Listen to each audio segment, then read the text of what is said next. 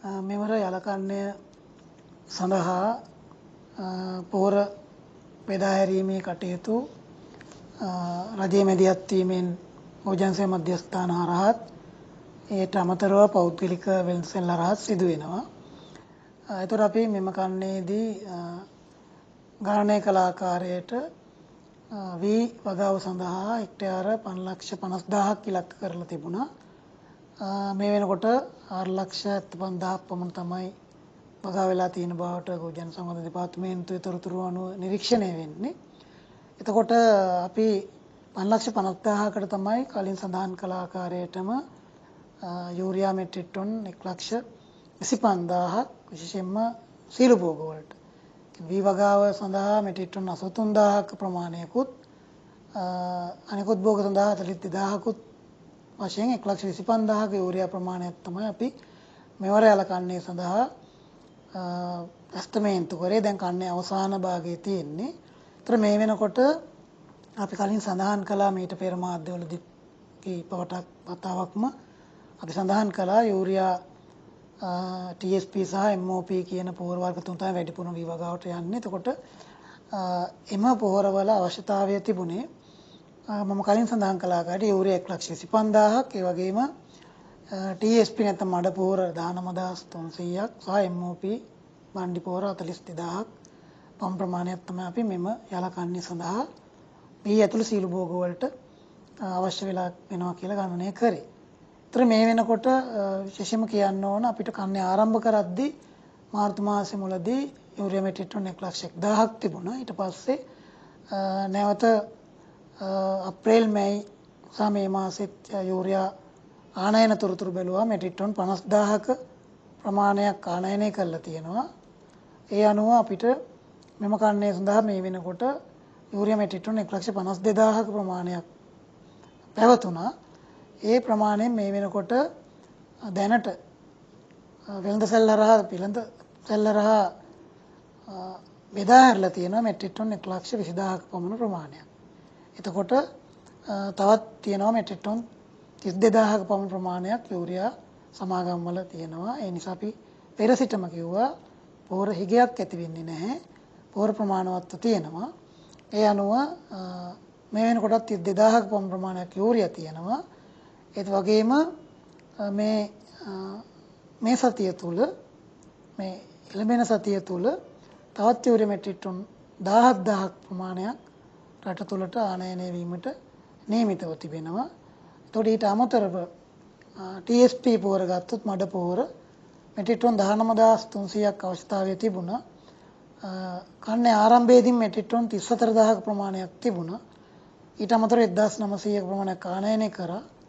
ඒ අනුව 36,000ක පමණ ප්‍රමාණයක් රට තුල තිබුණා. ඒ ප්‍රමාණයෙන් මේ වෙනකොට මෙට්‍රික් ටොන් 16,000ක් බෙදා හැරලා තියෙනවා. තවත් මෙට්‍රික් ටොන් 20,000ක ප්‍රමාණයක් සමාගම් සතුව තියෙනවා අතිරික්තයක් වශයෙන් TSP තියෙනවා. එතකොට TSP දැනට ඉල්ලුමක් නැහැ මේ දවස්වල විශේෂයෙන්ම වගාව අවසන් කරලා තියෙන්නේ. දැන් ඕන වෙන්නේ දෙවනි තුන්වෙනි මුර වලට පොහොර යූරියා MOP. MOP අවශ්‍යතාවය 42,000ක් තිබුණා. එතකොට කන්නේ ආරම්භයේදී මෙට්‍රික් ටොන් 39,000ක් තිබුණා සමාගම් සතුව. ඊට අමතරව පහුගිය මාස 3 තුල කියන්නේ අප්‍රේල් මැයි ජූනි මාසවල මෙට්‍රික් ටොන් 10,000ක පමණ ප්‍රමාණයක් ආනයනය කරලා තියෙනවා. ඒ අනුව මෙට්‍රික් ටොන් 50,000ක වගේ ප්‍රමාණයක් MOP තිබුණා. ඒ පොහොර වලින් දැන්ට 33,000ක ප්‍රමාණයක් බෙදා හැරලා තියෙනවා. තවත් 16,000ක පමණ ප්‍රමාණයක් ගබඩාවල ඉතිරිව පවතින. ඊට අමතරව මම කලින් සඳහන් කළා MOP තවත් 18,000ක් පැමිණීමට ජුනි මාස නියමිතයි කියලා. ඇත්තට මේ වෙනකොට 18,000 නෙවෙයි 20,000ක ප්‍රමාණයක් වරායට ඇවිල්ලා දැන් ගොඩ බාමින් පවතින. ඒ අනුව MOPත් අතිරික්තයක් පවතිනවා. මේ පොහොර වර්ග තුනම දැනට අපිට ප්‍රමාණවත්ව තියෙනවා. එතකොට මේ මාසයේ අවසානය ජූලි මාසයේ මැද වෙනකොට බොහෝ දුරට පොහොර අවශ්‍යතාවය එන්නේ නැහැ. එතකොට මම හිතන්නේ අවසාන මුර වලටත් භාවිතා වෙන කාලය තමයි දැන් ඇවිල්ලා තියෙන්නේ. ඒ අනුව විශේෂයෙන්ම කියන්න ඕන ඉරාන යුද්ධයත් එක්ක පොහොර විශේෂයෙන්ම පොහොර වර්ගවල මිල යූරියා වල මිල ඉහළ යාමේ ප්‍රවණතාවයක් තිබුණ නිසා මාර්තු මාසයේ මැදදී තීරණයක් ගත්ත ගරු අමාත්‍යතුමාගේ මූලිකත්වයෙන් සමාගම් ගෙන්නලා ගොවි සංවිධානයේ සහභාගී වෙලා ඒ වෙලාවේදී සමාගම් සතුව තිබුණේ ඒ වෙලාවේ මෙට්‍රික් ටන් 95000න් ඉතුරු වෙලා 68000. ඒ ප්‍රමාණයෙන් 65%ක් එකඟ වුණා රුපියල් 10200 මිලට සපයන්න. ඒ අනුව මෙට්‍රික් ටන් 47000ක ප්‍රමාණයක් ඒ ප්‍රමාණයෙන් ඍජු පෝර ලෙස ගොවිජන සේවා මධ්‍යස්ථාන හරහා දෙන්න එකඟ වුණා. ඉතුරු 35 අනෙකුත් මිශ්‍ර පෝර සඳහා අනෙකුත් වගාවන්ට භාවිතා කළා. ඒ අනුව මේ වෙනකොට ඒ 47000ක ප්‍රමාණයෙන් 46000කට වැඩි ප්‍රමාණයක් දැනටමත් බෙදලා අවසන් කරලා තියෙනවා ගොවිජන සේවා මධ්‍යස්ථාන හරහා. ඊට අමතරව ගරු ජනාධිපතිතුමාගේ මූලිකත්වයෙන් පැවති සාකච්ඡාවේදී එතුමා සඳහන් කළා ගොවීන්ට තව ප්‍රමාණයක් මදි වෙනවා නම් පස්සේ මං කියවර යූරියා වැඩි මිලට ආව නැව් දෙකක් අප්‍රේල් මැයි වල ඇත්තම ඩොලර් 650 ඉඳලා 850 දක්වා මිල ගණන් වලට ආවේ. එතකොට එම ප්‍රමාණය සමාගම් වලින් විමසලා කැමති ප්‍රමාණයක් දෙන්න. එතකොට ඒ සාමාන්‍යයෙන් ඇත්තටම කොට් එක මිල රුපියල් 16000ක් වෙනවා. නමුත් රජය 10200 මිලටම දෙන්න තීරණය කරා. එතකොට වැඩිපුර වැය වන වියදම රජය විසින් ඒක දැරුවා.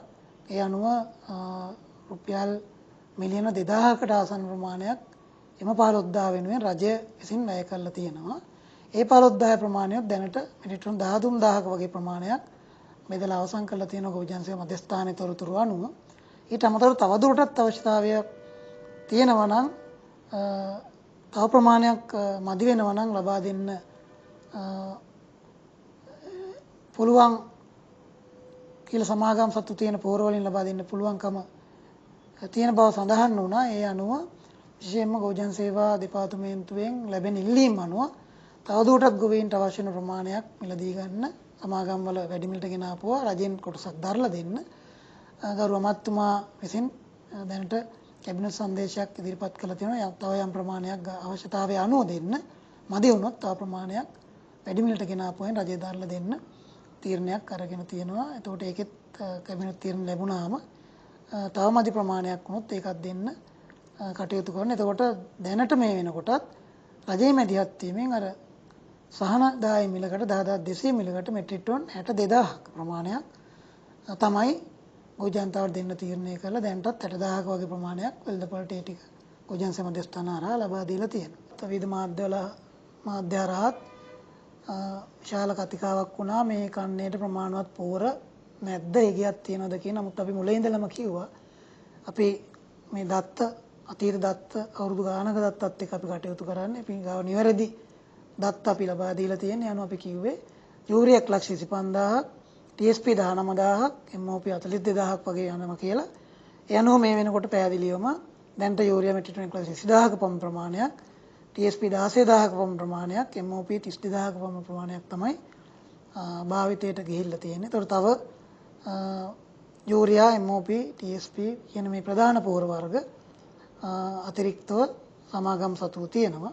ඒ වගේම දැනටමත් ආනයන වෙමින් පවතින තොගක් තියෙනවා. ඒ නිසා කිසිසේත්ම ඉගයක් ඇති වෙන්නේ නැහැ කියපු එක ඒක පැහැදිලිව මේ වෙනකොට ඒක සනාථ වෙලා තියෙනවා. එතකොට මිලේ යම් වෙනස්කම් වුණ ඇත්තටම ඉරානයේ යුද්ධයත් එක්ක මිල ඉහළ ගියා.